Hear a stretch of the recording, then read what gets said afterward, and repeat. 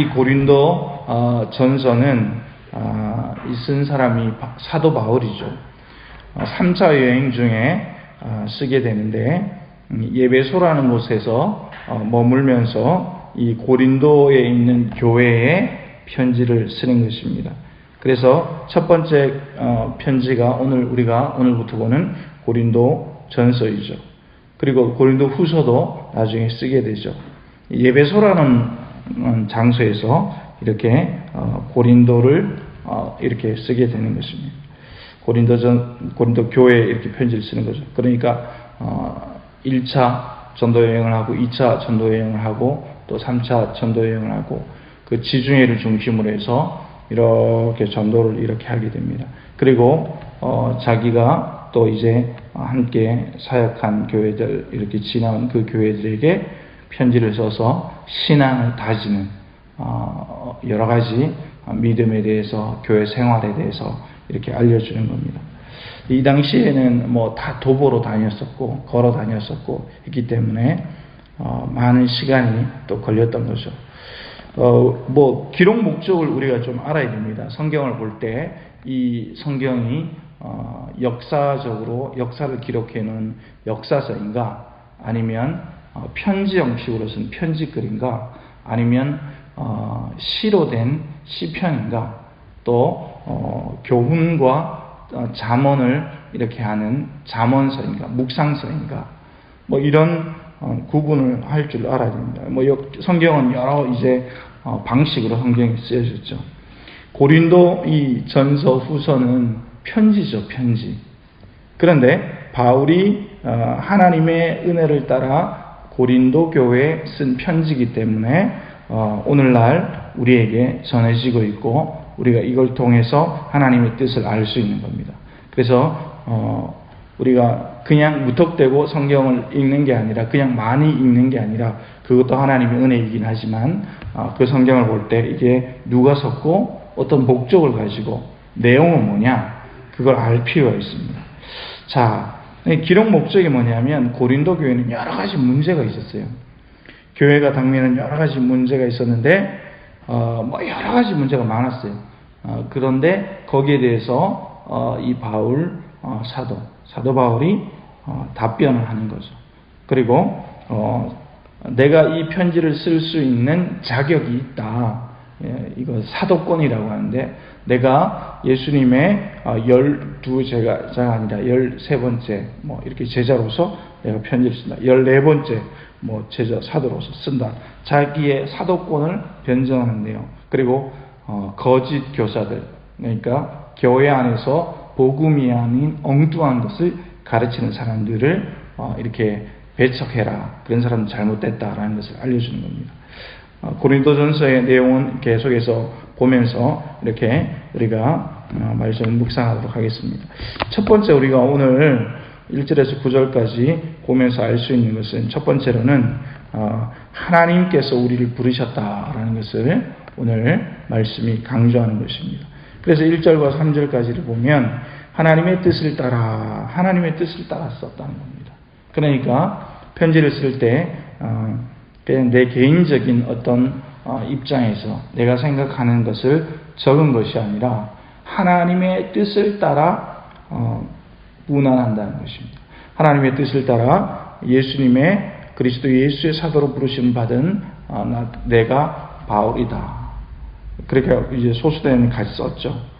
그렇게 해서 편지를 쓰는 것입니다. 그리고 2절에 보니까 우리는 어떤 사람이냐? 우리는 하나님께서 부르셨는데 우리는 성도라고 부른다. 이 성도라는 단어가 나오죠. 성도. 부르심을 받은 자들, 이렇게 나옵니다. 성도라 하였고 부르심을 받은 자들. 그러니까 하나님께서 우리를 부르셨기 때문에 내가 하나님 앞에서 예수를 믿을 수 있는 거지, 주님이 부르시지 않았는데, 주님이 초청하지 않았는데 하나님 앞으로 나올 수 있는 자는 아무도 없는 것입니다. 내가 심심해서 그냥 취미 삼아 예수를 믿는다. 이것은 도저히 있을 수 없는 것입니다.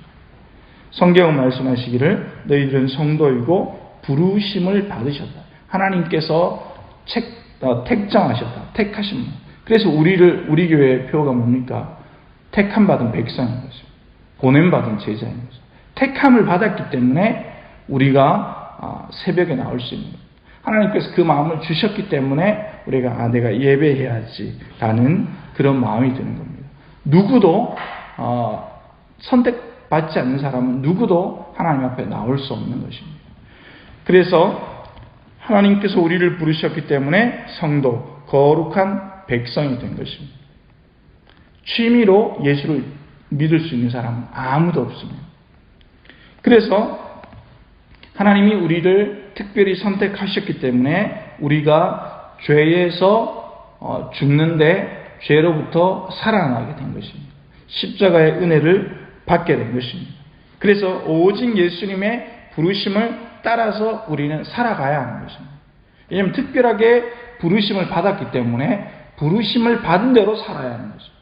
부르심을 받은 사람이 부른 주인의 뜻이 아니라 내 마음대로 살면 안 되는 것입니다. 그래서 우리는 성경을 부지런히 공부하는 거죠. 부지런히 배우는 거죠. 부르심을 받은 자답게 부른 주인의 뜻을 따라 살아가야 되는 것입니다. 믿음이 계속해서 좋아진다는 것은 나 자신의 욕심과 정욕을 계속해서 내려놓는 작업입니다.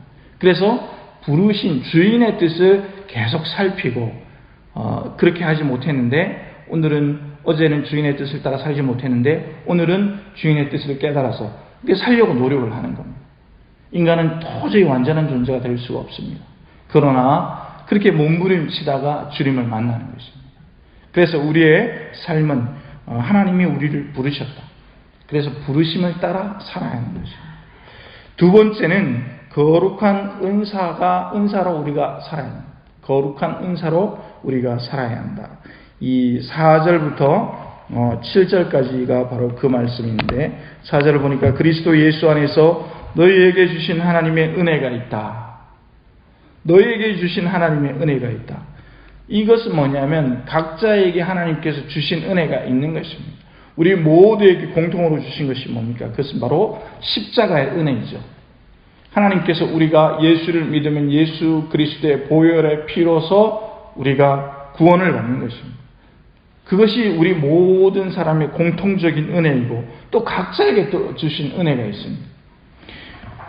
내가 너희를 위하여 항상 하나님께 그래서 감사한다. 각자에게 주신 하나님의 은사가 있는 것입니다. 모든 사람에게 공통적으로 주신 은혜도 있고 또 각자에게 주신 은혜도 있는 것입니다.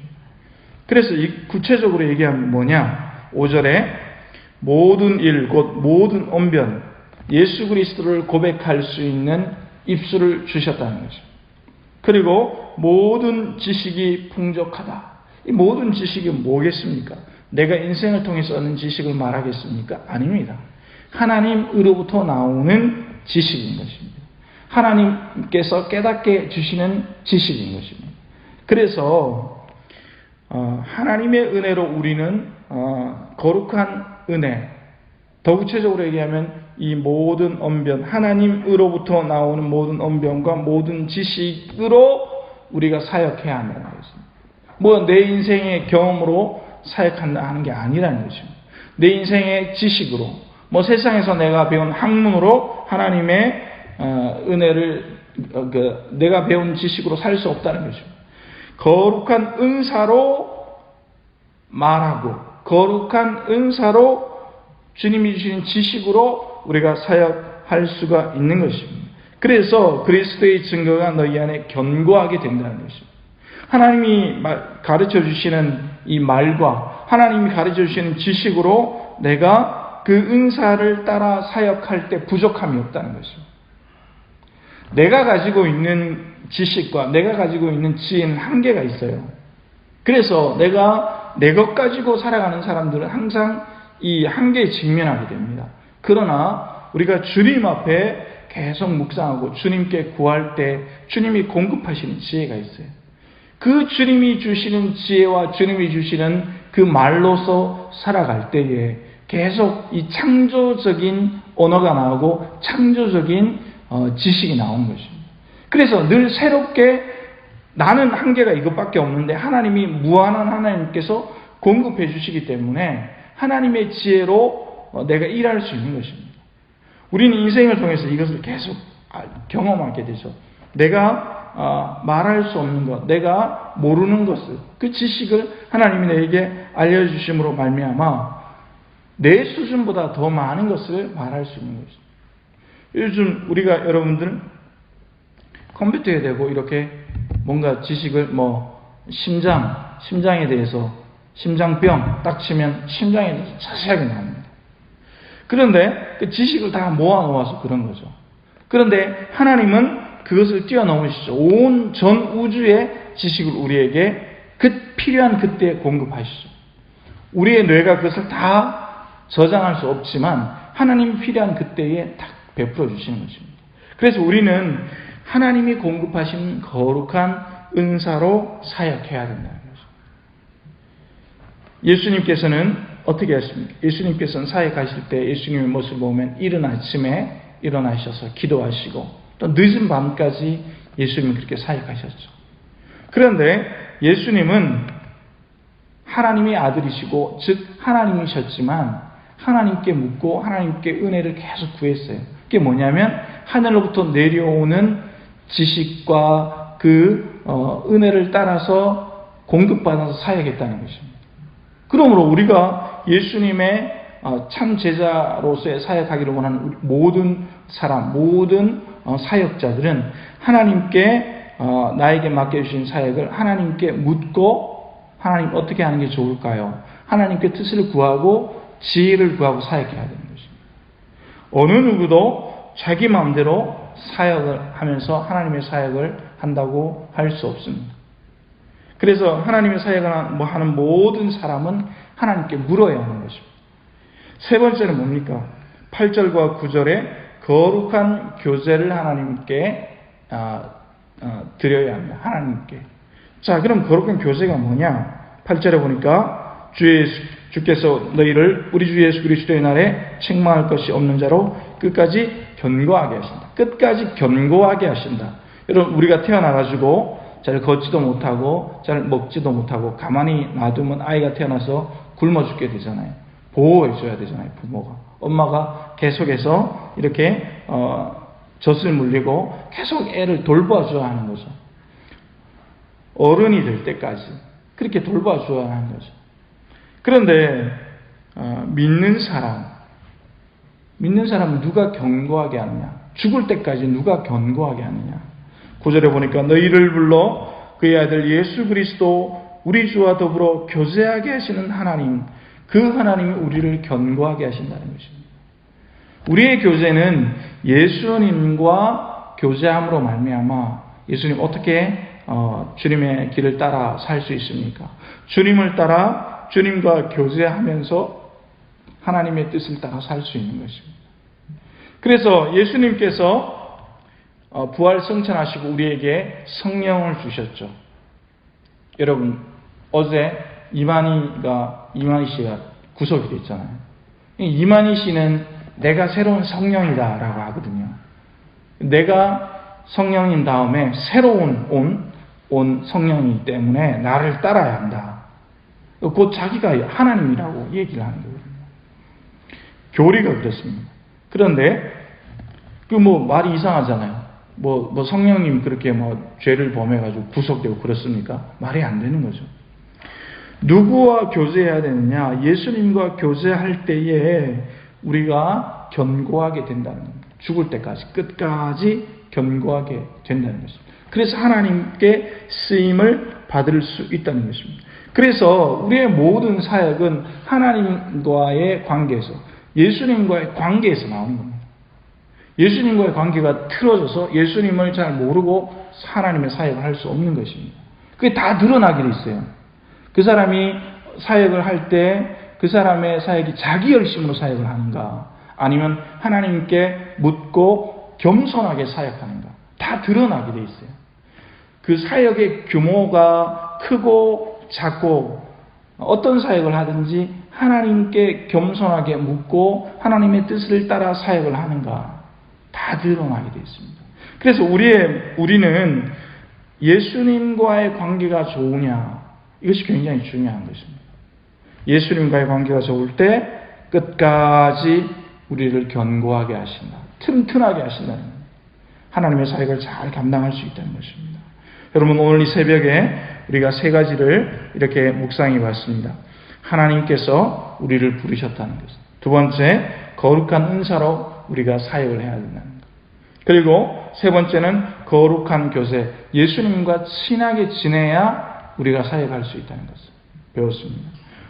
여러분들, 오늘 8월을 시작하는 주일입니다. 여러분들, 오늘 우리 교회를 위해서, 오늘 예배를 위해서 기도해 주실 때, 오늘은 특별히 또 날씨가 비가 많이 오는 시간입니다. 내일까지 비가 많이 온다고 그러는데, 여러분들 우리 예배를 위해서 기도해 주시고, 또 성도를 위해서 또 기도해 주시고, 모든 분들이 나와서 하나님께 예배 드릴 때 위로받고 또 힘을 얻고 또 영적으로 충전이 되어서 돌아갈 수 있도록, 특별히 또 코로나로 인해서 또 경제적인 이유로 또 나가서 지역을 떠나서 일하시는 분들도 있습니다. 또 여러 가지 힘든 가운데 일하시는 우리 성도들이 있습니다. 그래서 이 성도들을 위해서 여러분들 기도해 주시고, 또 이 코로나 때문에 외출을 많이 못하기 때문에 많이 지쳐있는 우리 성도들도 있습니다. 우울증에 시달린다고, 전 국민이 우울증에 시달린다고 하는데, 여러분들 이를 위해서도 또 특별히 우리 교회 성도들을 위해서 기도해 주시기 바랍니다. 우리 주여 세 번 외치고 기도하고 또 자유롭게 돌아가도록 하겠습니다. 기도하겠습니다. 주여, 주여.